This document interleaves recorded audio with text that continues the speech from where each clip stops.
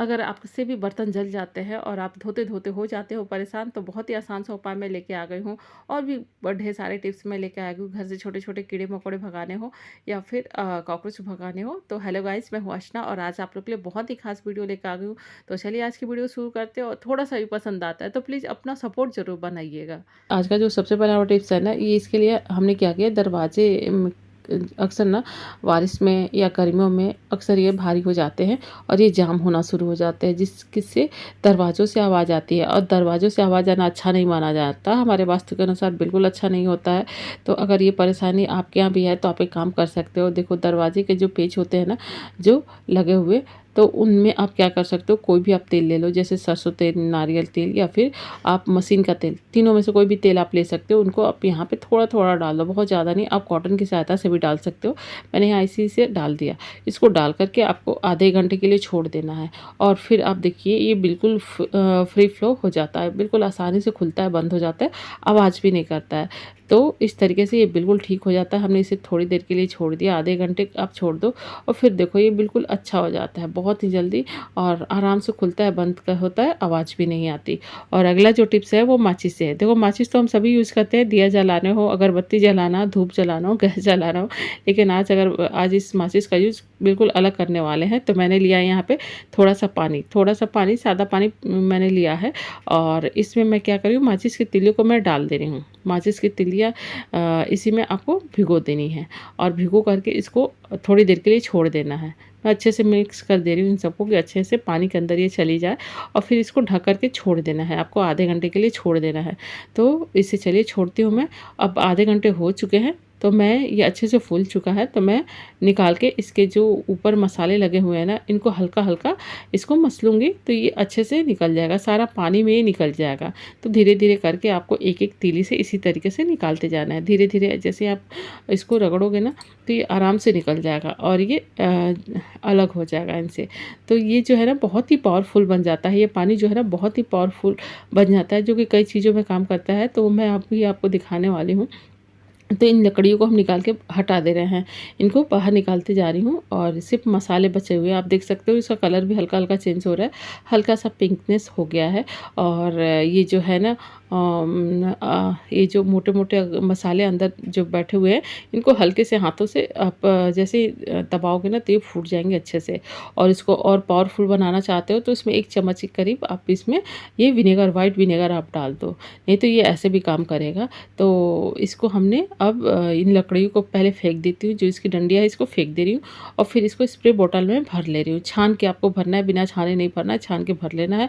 और फिर इनको आप उन जगहों पर डालो जहाँ पे छिपकली या छोटे-छोटे कॉकरोच आते हैं, उन जगहों पे आप डाल दो। तो चलिए मैं यहाँ पे दरवाजे पर और किचन की दीवारों पर डाल दे रही हूँ, क्योंकि इन्हीं जगहों पे छोटे-छोटे कीड़े-मकोड़े और छिपकलियाँ आती रहती है। रात को सोने से पहले आप जो किचन है ना, गैस पे आप इसको स्प्रे कर दो, गैस के रैक पे स्प्रे कर दो। तो उन जगहों पे मैं इसको स्प्रे कर दे रही हूँ। फिर बेसिन में भी थोड़ा स्प्रे कर देना है, क्योंकि यहाँ से भी छोटे-छोटे कीड़े आ जाते हैं, तो यहाँ पे भी स्प्रे कर देना है। तो इसकी स्मेल से बिल्कुल कीड़े-मकोड़े नहीं आएँगे। और इसका यूज़ आप पौधों में भी डाल सकते हो। अब विनेगर नहीं डाला है तो आप पौधों में भी इसको डाल सकते हो। और अगला जो यूज़ है ना, उसके लिए मैंने लिया है नारियल तेल। और इस नारियल के तेल को मैं ना नाभि में थोड़ा-सा डालना है। क्यों डालना है चलिए मैं बताती हूँ। तो इसका यूज़ हम इसलिए कर रहे हैं क्योंकि देखो, ये मौसम ऐसा हो गया है कि सबके होंठ फट रहे हैं। फिर आप चाहे कितना भी पानी पी लो, कितना भी आप लिप बाम लगा लो, कितना भी वैसलीन लगा लो, ये कोई असर नहीं हो रहा है, होंठ फट रहे हैं। तो हम क्या करें कि होंठ ना फटे? तो उसके लिए आपको सोने से पहले रात को, आप ये काम दिन में भी कर सकते हो, लेकिन रात को चूँकि हम ज़्यादा देर तक सोते हैं तो ये बहुत ज़्यादा असर होता है, इसलिए मैं रात को कह रही हूँ। आप रात को सोने से पहले इसमें 2 बूंद, सिर्फ 1 या 2 बूंद आपको तेल लगा लेना है। आप कोई भी तेल लगा सकते हो, नारियल का तेल लगा लो, बादाम का तेल लगा लो, सरसों का तेल, कोई भी तेल आप लगा लो, शुद्ध घी भी लगा सकते हो। लगा के सो जाओ, आपके होंठ बिल्कुल सॉफ्ट हो जाएँगे, कोई भी आपको चीज़ लगाने की ज़रूरत नहीं पड़ेगी। हो सकता है पहले दिन आपके होंठ फटे, लेकिन अगले दिन से बिल्कुल बंद हो जाएँगे। मेरा आज़माया हुआ है, बहुत ही अच्छा काम करता है, तो आप ज़रूर इसे लगाओ। और सर्दियों में होंठ फटते हैं उस टाइम भी लगा सकते हो। और इस टाइम पे जो फट रहे हैं ना, इसको सिर्फ यही ठीक कर सकते हो और कोई भी चीज़ नहीं ठीक कर सकती। अगर आपको यकीन नहीं है तो इसे ज़रूर ट्राई करिएगा। और यहाँ पे मैं सिर्फ 2 बूंद के करीब डाल रही हूँ। अब 2 से ज़्यादा भी डाल सकते हो, लेकिन 2 बूंद अच्छे से अंदर तक चला जाता है, तो इसलिए इसलिए 1 या 2 बूंद आप डालो तो ये ज़्यादा सही रहता है। 2 बूंद डालते हो तो ये अच्छे से अंदर तक चला जाता है, और ज़्यादा डालते हो तो ये बाहर निकलने लगता है, इसलिए मैं सिर्फ 2 बूंद कह रही हूँ। तो यहाँ डाल दिया। ये बहुत ही पावरफुल है, आप ज़रूर इसे आजमा के देखना, ये काम करता है। और अगला जो टिप्स है उसमें हमने लिया है ये विम बार मैंने लिया है यहाँ पे, और इसको मैंने बर्तन धोने वाला साबुन मैंने लिया है, और मैंने लिया है 2 चम्मच के करीब आटा। तो ये आटा ना गेहूं का आटा है, तो 2 चम्मच 1 चम्मच आप ले सकते हो, और इसमें इसको मैं घिस दे रही हूँ। तो जैसे 2 चम्मच आटा है तो आपको 1 चम्मच ये पाउडर ले लेना है, जो हम घिस रहे हैं इसे 1 चम्मच लेना है, और 1 चम्मच है तो आपको आधे चम्मच के करीब इसका पाउडर ले लेना है। जो बर्तन धोने वाला साबुन है इसका पाउडर आधा चम्मच ले लेना है।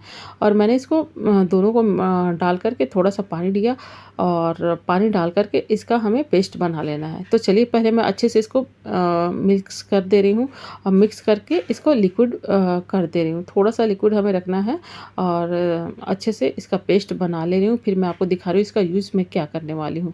तो ये बहुत ही पावरफुल बनता है, आप ज़रूर इसे आजमा के देखो। अक्सर क्या होता है ना कि हमारे घरों में हमें किचन में काम करना है, और बर्तन जो होते हैं ना जलते रहते हैं, और ये साफ़ ही नहीं हो पाते। तो हम क्या करें, तो उसके लिए बहुत ही आसान सा ये उपाय है।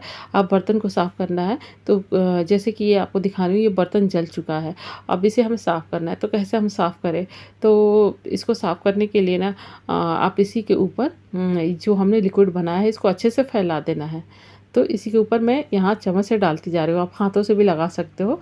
मैं यहाँ चम्मच से ही इसके ऊपर फैला दे रही हूँ, और चारों तरफ इसको फैला देना है। इसे सूखने नहीं देना है हमें बिल्कुल, और फैला करके छोड़ देना है। तो जब हम चारों तरफ फैला देंगे ना तो ये कुछ देर हमें छोड़ना है। तो अगर सूखता है तो आप इस पे पानी का स्प्रे कर सकते हो, थोड़ा सा पानी का स्प्रे कर दो, और इसको सूखने नहीं देना है, बस थोड़ी देर के लिए लगा के छोड़ देना है।